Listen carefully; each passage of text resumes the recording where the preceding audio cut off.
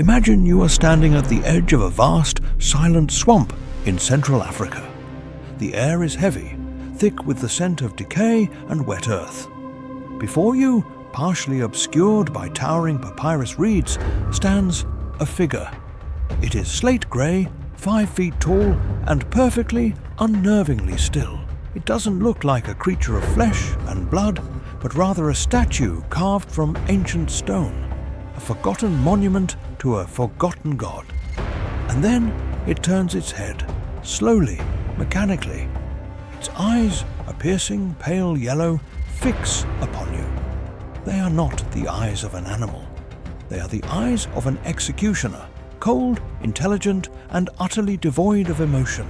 Its face is dominated by a monstrous, clog-shaped bill, a grotesque appendage that ends in a brutally sharp hook. This is the Shoebill Stork, and it is a living nightmare. It is a creature that seems to have clawed its way out of the Cretaceous period and into our own. A biological paradox that defies easy categorization. What kind of evolutionary pressure could forge such a terrifyingly bizarre animal? What ancient world does its existence hint at? And what secrets are locked behind that unblinking prehistoric stare? The answer is not found in any simple textbook on birds.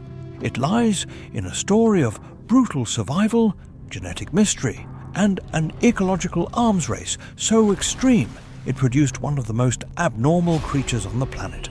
In nothing about the shoebill is normal, and tonight we will understand why. Our journey into this biological enigma begins not in the swamps of Africa, but in the hallowed, dusty halls of the Zoological Society of London in 1851. Here we meet John Gould, one of the most respected and prolific ornithologists of the Victorian era. Gould was a man who had seen it all. He had catalogued the finches of the Galapagos for Charles Darwin, documented the exotic birds of Australia, and built a reputation on his meticulous ability to classify and understand the natural world. He believed in a world of order, where every creature had its place, its family, its neat little box in the grand taxonomy of life. Then a crate arrived. Inside, carefully packed, were the skull and skin of a bird from the Upper Nile, a creature known to local Arab traders only as Abu Makub, the father of the shoe. As Gould lifted the skull, his entire understanding of avian anatomy was challenged. The bill was an absurdity.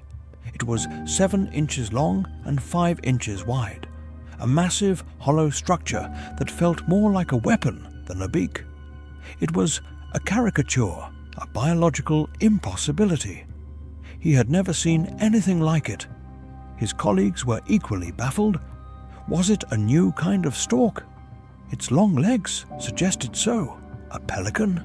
The hooked tip of the bill was eerily similar. A heron? Its hunting posture, described in the accompanying notes, seemed to fit. But it was none of these, and yet it was all of them. For John Gould, this wasn't just an academic puzzle. It was a threat to the very foundations of his work.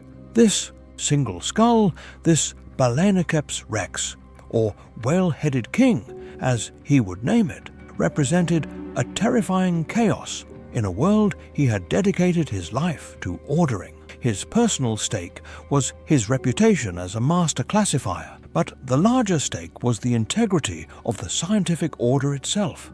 How could this thing exist? What branch on the tree of life could possibly support such a strange and monstrous fruit? To understand the crisis the shoebill presented to men like John Gould, we must first understand the world they inhabited. The mid-19th century was the golden age of natural history. European explorers were fanning out across the globe, sending back a deluge of new species that delighted and confounded scientists back home. It was an era of intense categorization, a grand project to map the entirety of God's creation. Or, as a new, dangerous theory was beginning to suggest, the sprawling family tree of evolution. The system, largely based on the work of Carl Linnaeus, was built on morphology, the study of physical forms. You could tell a bird's relatives by the shape of its beak, the structure of its feet, the arrangement of its feathers. It was a system that valued order, clarity, and predictable relationships. A finch looked like a finch, a duck like a duck. Then the shoebill arrived, and it broke every rule. It was a creature of contradictions. It had the long legs and neck of a stork, but it lacked their sociable nature and distinctive bill-clattering rituals.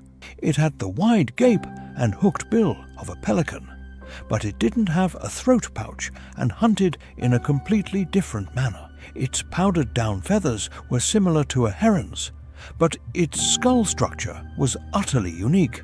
This bird was a mosaic, a chimera of different families, and it threw the scientific community into a state of prolonged, contentious debate. For decades, it was shunted back and forth between taxonomic groups. It was placed with the storks, then the herons, then, in its own lonely family, a biological orphan with no clear relatives. This uncertainty fueled a kind of scientific anxiety. The shoebill was a monster in the original sense of the word, a divine portent, a warning that nature was not as orderly as they wished to believe. It was a living relic that didn't fit the neat narratives of Victorian science. The fear it generated was not of a predator, but of the unknown. It was the fear that their maps of the natural world were fundamentally, and perhaps hopelessly, wrong. The key to unlocking the shoebill's mystery lies not in the museums of London, but in the suffocating, oxygen-starved swamps it calls home. This is where a modern journalistic investigation begins, and where the bird's bizarre traits begin to make a terrifying kind of sense. The first clue is its hunting strategy. Unlike a heron that actively stalks its prey, or a pelican that scoops fish from the water, the shoebill practices a method of extreme predatory patience. It will stand utterly motionless for hours, a statue of grey feathers, its gaze fixed on the murky water.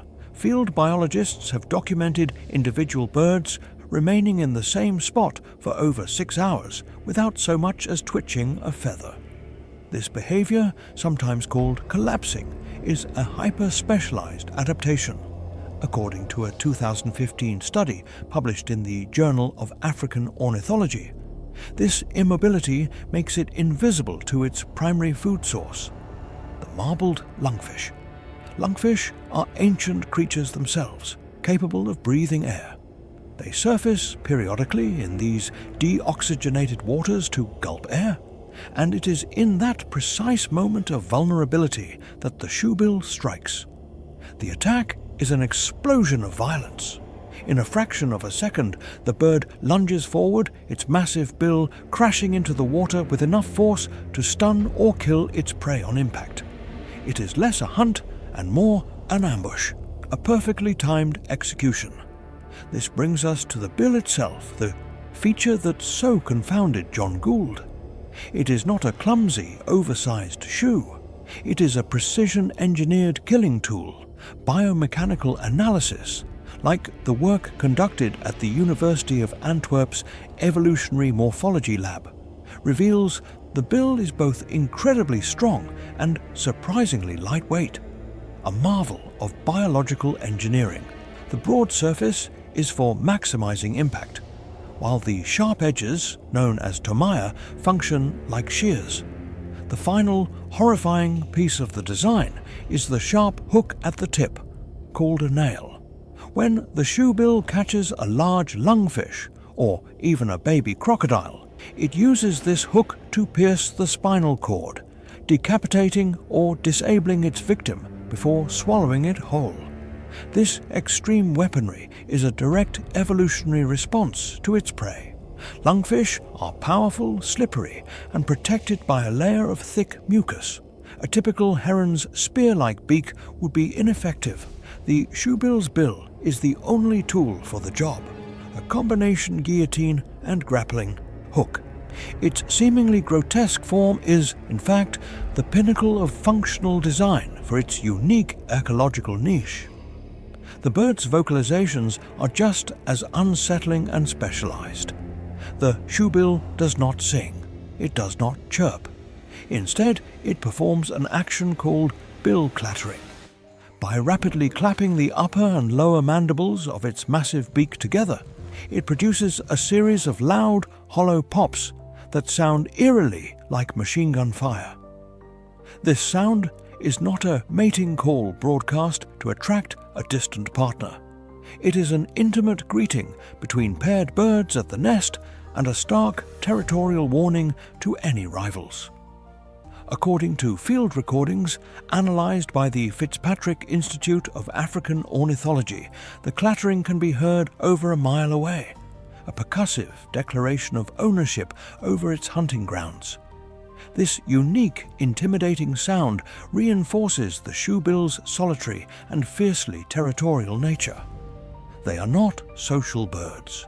They are lone assassins, and they require vast, undisturbed territories to survive, often several square miles per pair. Their machine gun call is the sound of a fortress being defended. Perhaps the most disturbing aspect of the shoebill's life, however, unfolds in the nest.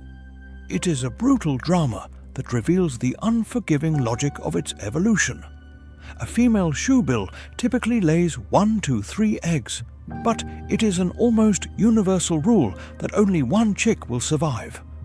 This is not due to chance or accident. It is a programmed, systematic process known as obligate siblicide. As documented in a landmark study by researcher Thomas B. Smith in the journal The Auk, the first chick to hatch, usually the largest and strongest, will actively persecute and kill its younger siblings. The parents do not intervene. In fact, they facilitate it. They will only feed the dominant chick. The younger siblings, weaker and begging for food, are ignored. They are left to be pecked and harassed to death by their older sibling, or to simply starve. In one documented observation, a younger chick that had been pushed from the nest was completely ignored by the mother, even as it died from exposure just a few feet away. This behavior seems monstrous to us, a violation of the parental instinct. But from an evolutionary perspective, it is ruthlessly efficient. Raising a shoebill chick is incredibly resource-intensive. The parents must hunt constantly to provide enough food. By focusing all their resources on a single, strong offspring, they maximize the chances that at least one will make it to adulthood. The extra eggs are simply insurance policies in case the first one fails to hatch or is weak. It is a strategy born from an environment of scarcity, a chilling calculation that prioritizes genetic legacy over individual life.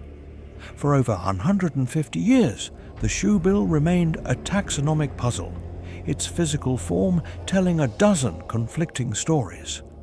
The final answer did not come from calipers or feathers, but from the code of life itself.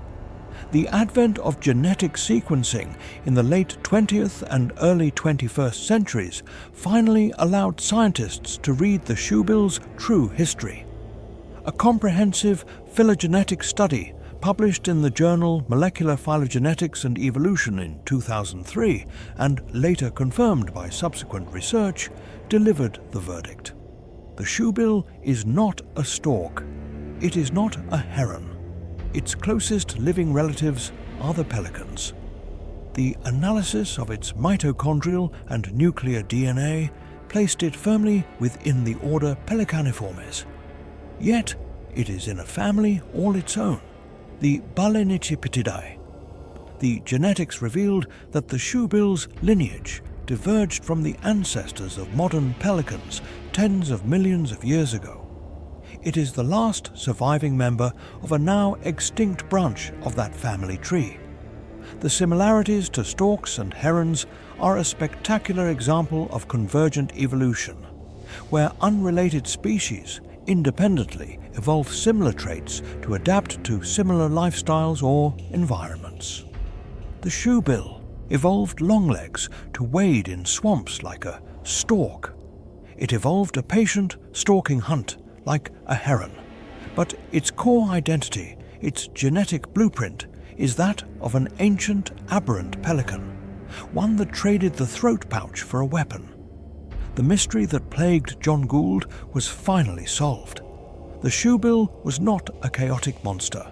It was a ghost, a solitary survivor from a lost world, carrying the genetic signature of a family whose other members have long since vanished from the earth. Its bizarre form is a roadmap of its deep evolutionary past. The revelation, then, is not that the shoebill is a poorly designed or monstrous creature. The shocking truth is that it is a masterpiece of evolutionary specialization. It is not an anomaly, it is a relic. The shoebill is a living fossil, a window into the ecosystems of a much older Africa.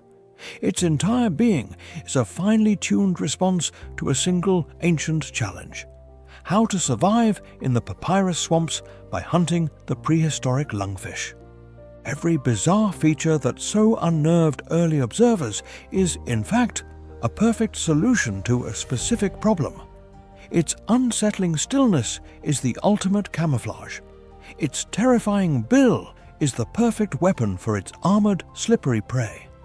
Its machine gun call is the most efficient way to defend the vast territory required to feed itself. Even its horrific practice of siblicide is a cold mathematical calculation to ensure its lineage survives in a resource-poor environment. We look at the shoebill and see a monster because it doesn't conform to our expectations of what a bird should be. But we are looking at it with modern eyes. The shoebill wasn't designed for our world. It is a holdover from a time when the rules were different, when survival demanded a more brutal and direct approach. Its strangeness is not a flaw. It is the very reason it is still here. It has not needed to change because it perfected its form for its environment millions of years ago. It is a creature out of time, a specialist so profoundly adapted to its niche that it has become a prisoner of its own perfection. The whale-headed king reigns over a kingdom of mud and reeds, an ancient sovereign in a rapidly vanishing world. The story of the shoebill has profound implications for how we understand the process of evolution itself.